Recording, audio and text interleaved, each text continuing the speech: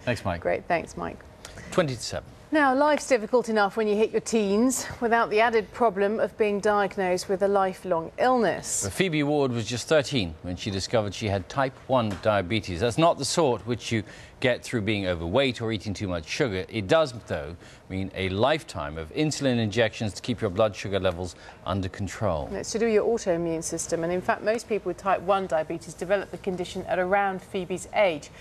When she couldn't find any information, though, for teenagers, she decided to write some herself. We'll speak to Phoebe in just a moment. First, let's hear about her new book. It's called No Added Sugar. No Added Sugar, Growing Up with Type 1 Diabetes, by me, Phoebe Ward. Chapter 1, In Shock. 10th January 2008. Dear Diary, I'm writing this in a bed in Ward 1 at the Alexandra Hospital because I've been diagnosed. When I was diagnosed, it was a really big shock, and I wanted some reassurance that all the worries I had and the feelings I was going through, that they were normal. Also, I was worried I didn't want other people to know because I thought they'd think differently of me, or that I'd be different to everyone else, and I really didn't want that. These are my best friends from school. I've never needed one of my friends to do a blood test for me yet, but I would know that they would be able to if it was necessary. Your birth? Yeah, it's your birthday. birthday. It's my birthday party. No, when she does come over, it's exactly the same as what it would be. It's just Phoebe has to change the amount of something she has. Yeah. Her insulin, I think. It hasn't changed the way I've seen Phoebe at all. She's still Phoebe. And Phoebe is here, along with Karen Addington from the Juvenile Diabetes Research Foundation. Good morning to you both.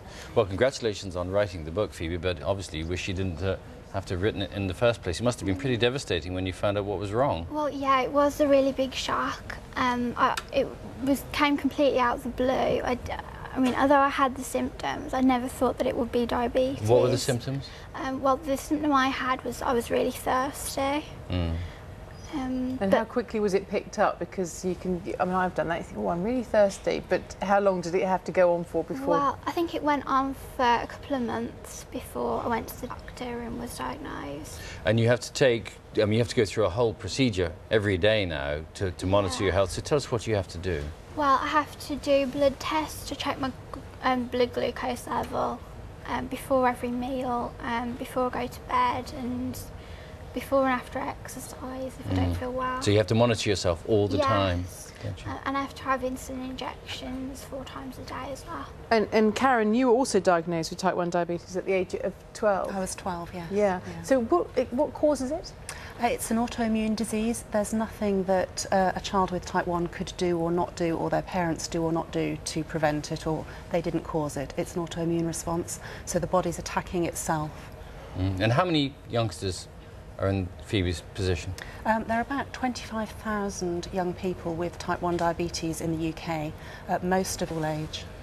And so presumably things were a little bit different when you were first diagnosed. I mean, in what way have things changed to make things more convenient, I suppose, might be the word you would find? It's still a really tough condition to manage and to live with, but it has got a little easier now that we have blood testing, so we can tell where our blood glucose levels are, which enables us to measure how much insulin to take. Right. But it's still hard work, all those injections. Now, Phoebe, you brought a teddy bear along with you. Can you just pass it over? And this is not just for comfort. This is an important bear because you use it as a demonstration. This is Rufus, and he has little patches on him. You can see, which is to help children. Yeah, to help children learn where to check their blood, and also some children use it to practice injections on when they're learning how to inject themselves. And Phoebe, I know you, well, in the brief it says that you wanted to be a writer since you're 9 years old, but I guess it wasn't really the subject matter that you thought you might be writing about. No. But how has it been then in terms of doing all your research and the response that you've had to the book? Well, everyone, my family and friends and people at school have been really encouraging and supportive of me writing my book. And 4 injections a day you have to give yourself. What's that like? It must be tough. Must be hard. Well, to start with, when I was first diagnosed, I was first told, it did sound really horrendous actually, but I mean I have got used to it now. It's part of routine, kind of like brushing my teeth, really. So I have got used to it. But well done for writing a book, and you're coming back to talk to us more later, aren't you? Yeah. Okay. Look Thank you forward to both that. very Get much. more from you then. Thank you. It's 6:45. You're watching Breakfast from BBC News. The main stories this morning: the United Nations Security. Thanks, Mike. It's 20 to 9. Now, life's difficult enough when you hit your teens without the added problem of being diagnosed with a lifelong illness. Phoebe Ward was just 13 when she discovered she had type 1 diabetes. It's not the sort which you can get, sometimes through being overweight or eating too much sugar, but it does mean a lifetime of insulin injections to keep your blood sugar levels under control. In fact, most people with type 1 diabetes develop the condition at about Phoebe's age. When she couldn't get any information for teenagers, though, Phoebe decided to write some herself. We'll talk to her in just a moment. First, though, let's hear about her new book, No Added Sugar. No Added Sugar, Growing Up with Type 1 Diabetes, by me, Phoebe Ward. Chapter 1, In Shock. 10th January 2008. Dear Diary, I'm writing this in a bed in Ward 1 at the Alexandra Hospital because I've been diagnosed. When I was diagnosed, it was a really big shock. And I wanted some reassurance that all the worries I had and the feelings I was going through, that they were normal. Also, I was worried I didn't want other people to know because I thought they'd think differently of me, or that I'd be different to everyone else, and I really didn't want that. These are my best friends from school. I've never needed one of my friends to do a blood test for me yet, but I would know that they would be able to if it was necessary. Your birthday? Yeah, it's your birthday. It's my birthday party. No, when she does come over to know, it's exactly the same as what it would be. It's just Phoebe has to like change like the amount of something she has. Yeah. Her insulin, I think. It hasn't changed the way I've seen Phoebe at all. She's still Phoebe. Well, Phoebe and her mum Denise are with us now. Hello to you both. Well, I know, Phoebe, that you wanted to be a writer from, well, when you were about 9, but this is probably not the subject matter that you first thought you'd be writing about. How did you cope with the diagnosis? Well, when I was first diagnosed, it was a really big shock.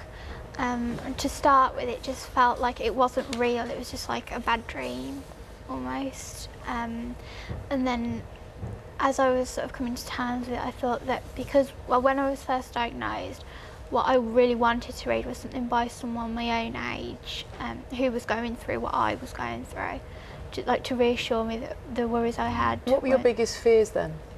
Well, I was worried because one of the biggest things to get my head around was the fact that I was going to have to take insulin, and I'm going to have to take insulin for the rest of my life, and that was quite hard to come to terms with.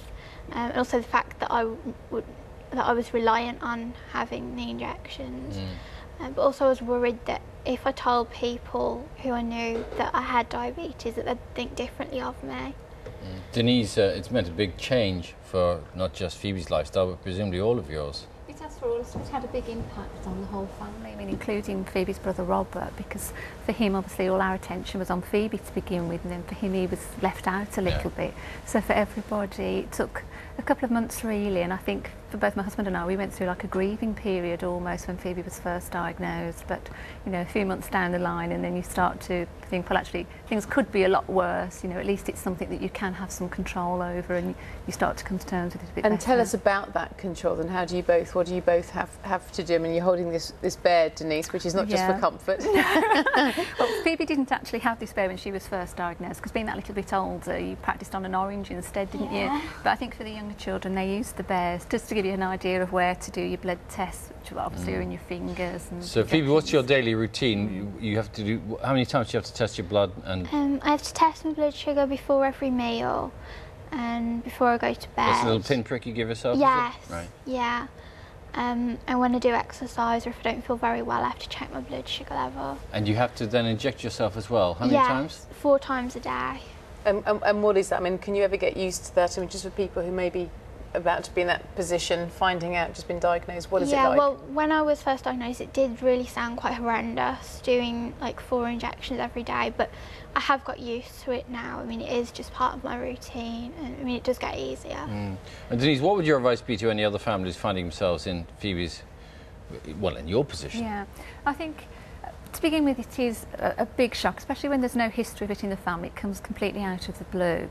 But then I think when you start to just put things into perspective and look at it and think, you've got to plan ahead. It doesn't stop you doing things. You know, we've had adventure holidays, done all sorts of things. The important thing is to plan ahead and just talk with your diabetes team, and they'll say, you know, if anything you're planning to do differently, and they'll guide you through it, and life does carry on as normal. Right, and it's all there in the book. Thank you very much for coming in and speaking to us, and well done with the book as well. Thank you. Keep well. Nice to see you.